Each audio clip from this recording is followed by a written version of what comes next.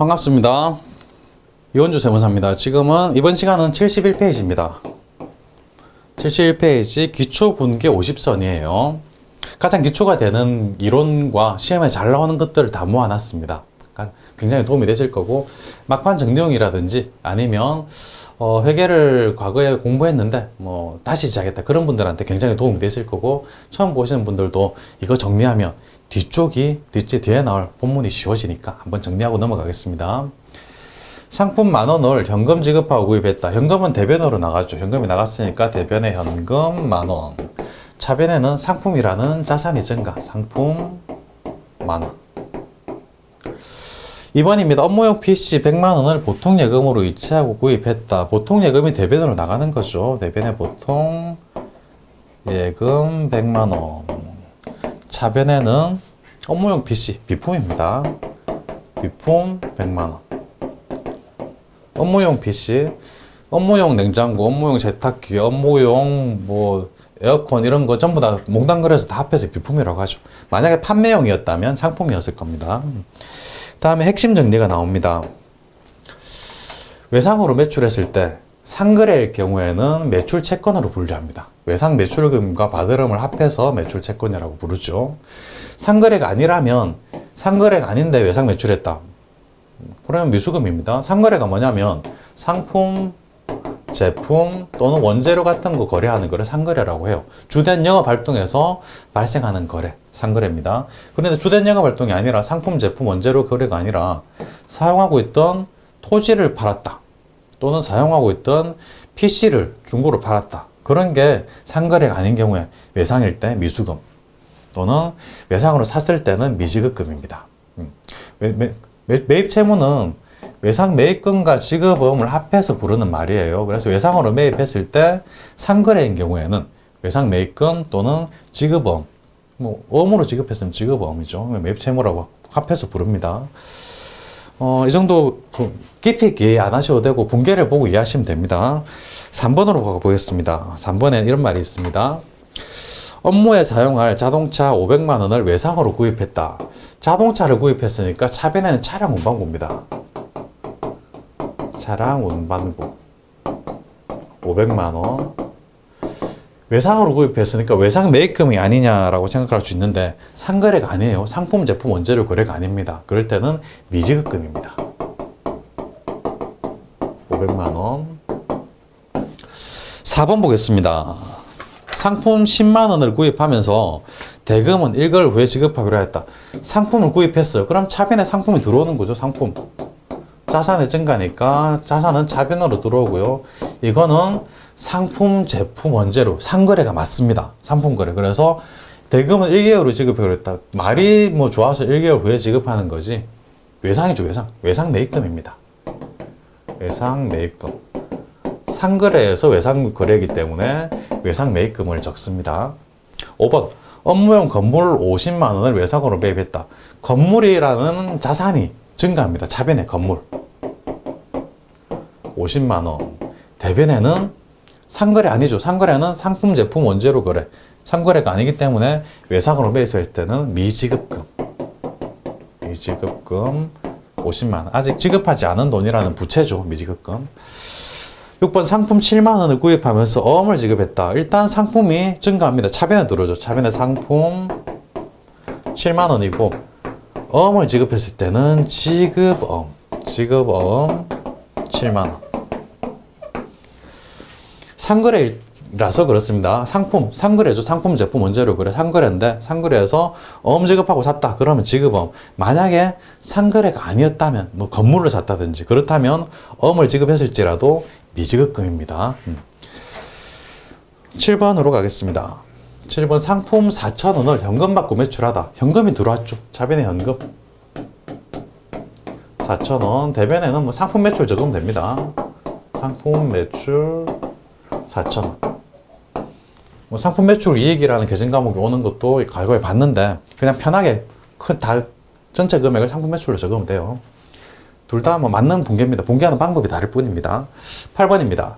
상품 5만원을 매출하면서 대금은 1개월 후에 받기로 했다. 그건 상품 매출이죠. 대변에 상품 매출 5만원. 합해서 차변에는 1개월 후에 받기로 한 거니까 외상 매출금입니다. 상거래 맞죠? 상품 제품 원재료 상거래일 경우에 외상으로 팔았으면 외상 매출금 5만 원. 만약에 상거래가 아니었다면 미수금입니다. 상거래이기 때문에 외상 매출금입니다. 업무용 책상 6만 원을 매각하면서 대금은 1개월 후에 받기로 했다. 업무용 책상은 비품이죠. 비품이 대변으로 나갑니다. 비품 6만 원이고요. 이거를 외상으로 팔았습니다.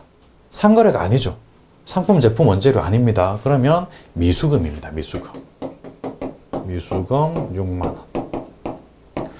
10번입니다. 상품 3만 원을 매출하면서 어음을 받다. 이거 상품 매출이죠. 대변은 상품 매출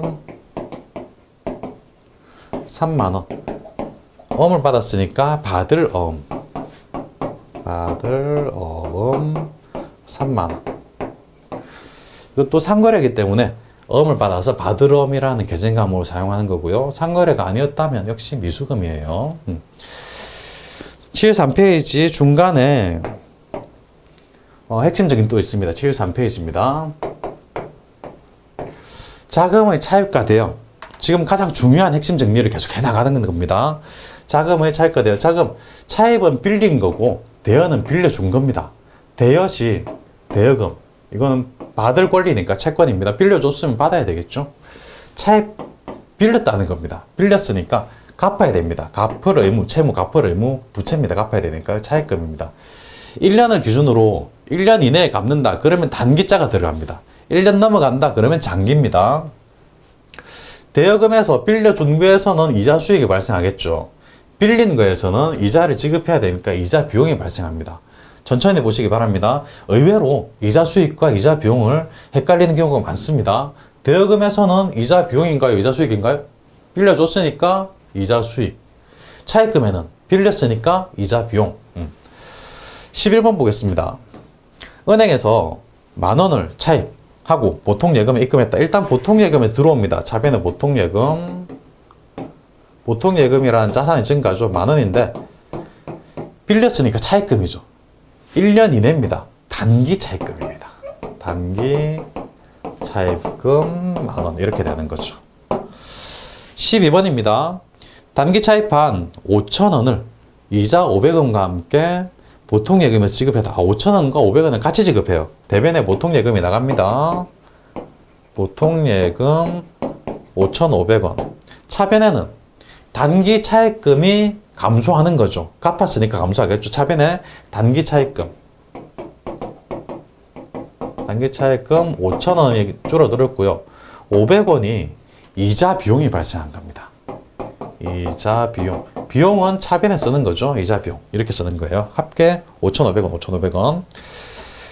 13번으로 가겠습니다. 13번 보시면 단기 차입한 5,000원에 대한 상환 의무를 면제받다. 단기 차입금이 자기 차입금을 갚아야 되는데 안 갚아도 되게끔 빚을 단감받았어요. 단기 차입금이 감소했다. 부채의 감소죠. 부채는 원래 대변인데 감소는 차변. 그래서 차변에 단기 차입금 5,000원 써주고요. 부채를 면제받았다. 채무 면제 이익이라고 씁니다. 채무 면제 이익 5,000원. 새로운 계정 과목이죠. 채무 면제 이익. 이익이기 때문에 대변에 쓴 거죠. 14번입니다. 거래처에 2만 원을 대여하고 보통예금에서 이체했다. 그럼 보통예금이 감소하겠죠. 대변에 보통예금 2만 원. 대여했으니까 빌려줬으니까 대여인데 8개월이다. 단기죠. 1년 이내 단기. 그래 단기 대여금입니다. 단기 대여금 2만 원 이렇게 되는 거죠. 15번입니다. 단기 대여금 10,000원에 대한 이자 1,000원과 함께 10,000원 1,000원과 함께 보통예금을 회수하다. 보통예금 들어왔으니까 차변에 보통예금입니다. 보통예금 10,000원하고 1,000원이 같이 들어와요. 11,000원. 이게 11,000원의 정체가 단기 대여금 10,000원. 단기 대여금. 돈 빌려준 걸 받았으니까 자산이 감소하는 거죠. 자산 감소는 대변. 단기 대여금 대변 10,000원 하고 1,000원도 같이 받았는데 이거는 받은 이자니까 이자 수익. 이자 수익. 수익은 대변에 쓰는 거죠. 16번입니다. 거래처의 파산으로 단기 대여한 10,000원을 회수할 수 없게 되었다. 대손 충당금 잔액은 없다고 가정한다.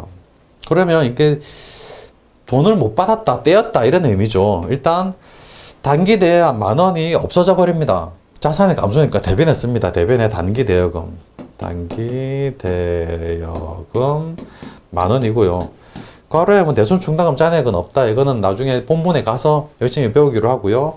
일단 떼인 돈을 대손 상각비라고 합니다. 대손 충당금, 대손 상각비 이런 말이 있는데 구체적인 거는 본문에 가서 공부하고요. 지금은 기타의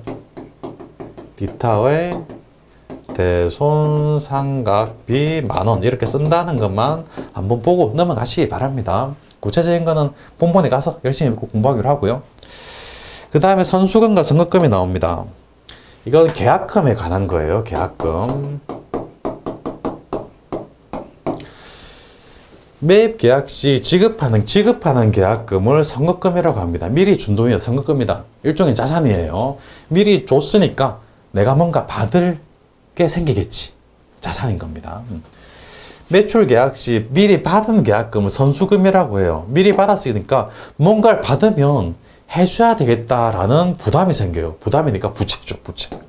부담스러워. 부채입니다. 그래서 미리 받으면 뭔가 좀 곤란해요. 쓸데없이 뭘 받으면 뭔가 좀 해줘야 될 것 같고 부담스럽습니다. 부채예요. 선수금 부채, 선급금, 자산. 매입 계약이기 때문에 실제 거래할 때 계약금은 매입 계정에 대체하고 선수금은 매출할 때니까 매출 계정에 대체한다. 이거는 이제 회계 처리를 해보면 쉽게 가슴에 와닿을 겁니다.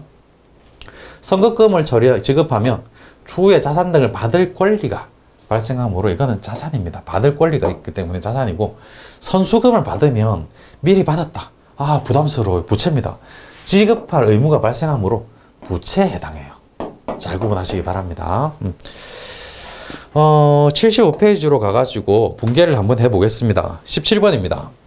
상품 매입 계약을 하면서 계약금 20,000원을 현금으로 지급하다. 현금이 나갔으니까 대변에 현금 씁니다. 현금 20,000원이고요. 계약금을 지급했으니까 선급금 20,000원 이렇게 되고요. 18번 상품 100,000원 매입 시 계약금 20,000원을 제외한 잔액을 예상으로 하다. 실제로 거래가 일어나요. 그런데 계약금을 20,000원을 미리 줬으니까 이거 위에 계약금은 예상. 선급금을 차변에 있는데 대변으로 옮겨줍니다. 선급금 20,000원 이미 지급했고 나머지는 80,000원이죠. 100,000원, 20,000원이니까 80,000원. 80,000원 외상으로 하다. 그러면 외상 매입금이죠. 외상 매입금 하고 차변에는 상품 매입한 거니까 상품 100,000원. 이렇게 돼가지고 원래는 선급금이 차변에 있었는데 자산이죠. 매입할 때 미리 대금을 줬다. 차변에 있던 거를 원래 계약하면서 이렇게 했고 거래가 일어나면 차변에 있던 걸 대변으로 이렇게 옮겨가지고 선급금 없애주고 나머지는 외상이면 외상 매입금 이렇게 써준다는 겁니다. 19번 보겠습니다. 상품 매출 계약입니다. 매출 계약을 하면서 계약금 10,000원을 보통예금으로 출치했다. 보통예금이 들어왔으니까 어차피 어떤 차변의 보통예금 10,000원. 대변에는 미리 받았습니다. 선수금 10,000원.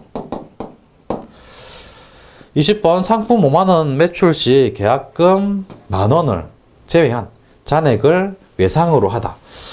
그렇다면 상품 매출했으니까 상품 매출은 대변 수익이죠. 상품 매출 일단 수익이기 때문에 대변에 50,000원 써주고요. 차변에는 미리 받았던 계약금 선수금이 있었다고 합니다. 10,000원이죠. 차변에 선수금 10,000원. 잔액은 외상 매출금입니다. 외상 매출금 40,000원. 이렇게 돼가지고 원래 계약 시 받았던 선수금이 거래가 발생하면 대변에 있다가 차변으로 와서 없어지고 나머지 금액 외상을 매출했다면 외상 매출금 써주는 거죠. 이렇게 계약금, 선수금, 선급금이 처리가 된다는 겁니다. 다음에 단기 매매 증권, 매도 가능 증권, 만기 보유 증권의 개념이 나옵니다. 한번 쭉 천천히 보겠습니다. 단기 매매 증권은 단기 매매 차익 목적이다. 너무 쉽죠? 단기 매매 증권이니까 단기 매매 차익 목적이다. 당연하네요. 그 다음에 매매가 빈번하게 이루어진다. 옆에 하나 써두시기 바랍니다. 매매가 빈번하게 이루어진다는 말을 어려운 말로 하면 시장성이 있다라고 표현합니다. 같은 말입니다. 매매가 잘 이루어진다. 시장성이 있다. 이 말은 쉽게 말하면 시장에 내놓으면 그냥 바로 팔린다는 이야기입니다. 주식시장에 주식을 내놓으면 바로 팔린다. 이게 시장성이 있다는 거고 단기 매매 차익 목적이다. 그렇다면 단기 매매 증권이다. 단기 매매 증권은 두 가지 조건이 필요하다는 겁니다. 단기 매매 차익 목적이고 시장성이 있어야 된다. 그래야 단기 매매 증권이다. 라는 거죠. 만기 보유 증권은 만기까지 보유를 해야 됩니다. 만기가 들어가니까 만기까지 보유할 의도와 능력이 있어야 된다는 겁니다. 의도도 있어야 되고 능력도 있어야 됩니다. 이걸 의도와 능력을 어떻게 하냐? 우리는 쉽게 알 수 있습니다. 문제에서 주어지거든요. 문제에서 뭐 의도도 있고 능력도 있다 이렇게 주어져요. 그럼 만기 보유 증권이에요. 쉽죠. 매도 가능 증권은 아무것도 아닙니다. 단기 매매 증권도 아니고 만기 보유 증권도 아니면 그냥 매도 가능 증권이에요. 이것도 아니고 저것도 아니다. 그럼 매도 가능 증권이에요. 그 외에 뭐 지분법 적용 투자 주식도 있는데 이거는 뭐 관심 안 가지셔도 됩니다. 여기서 유가증권이라는 거는 채권하고 주식이 있는데 단기 매매 증권은 채권도 되고 주식도 됩니다. 매도 가능 증권도 채권도 되고 주식도 되는데요. 만기 보유 증권은 채권만 돼요. 주식은 안 됩니다. 만기가 있다는 거.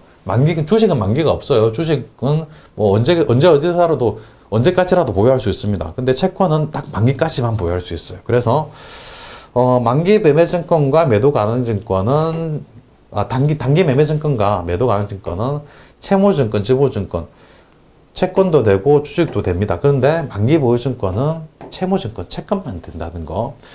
또 중요한 건데 역시 구체적인 내용은 본론 들어가서 해당 챕터 가서 자세하게 배울 겁니다. 지금은 이런 게 있구나. 단기 매매 증권은 단기 매매 목적, 시장성.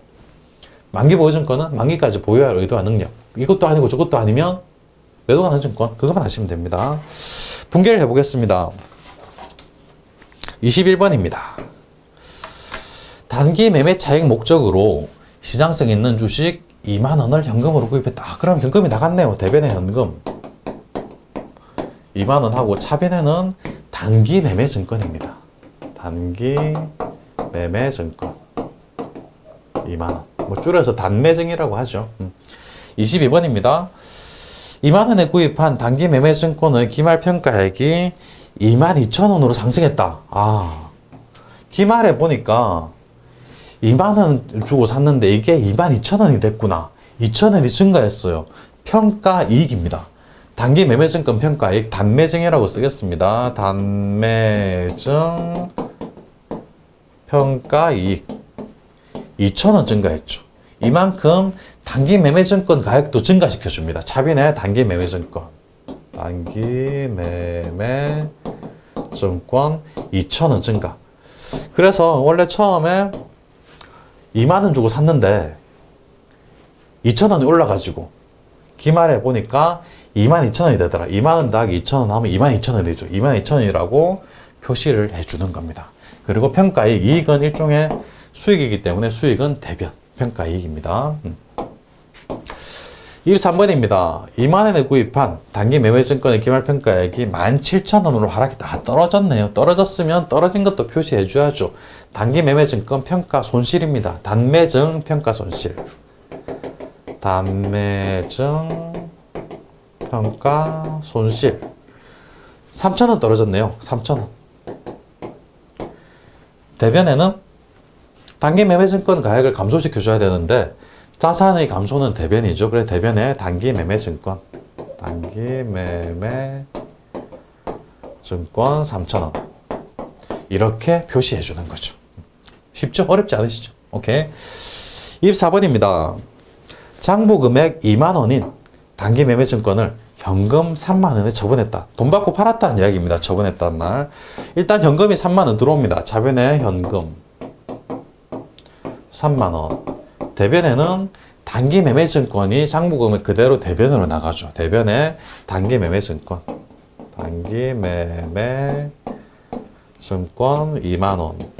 그럼 만 원은 단기 매매 증권 처분 이익입니다. 2만 원짜리를 3만 원에 팔았으니까 만 원 이익인 거죠. 단매증 처분 이익. 단매증 처분 이익입니다. 단기 매매 증권 처분 이익.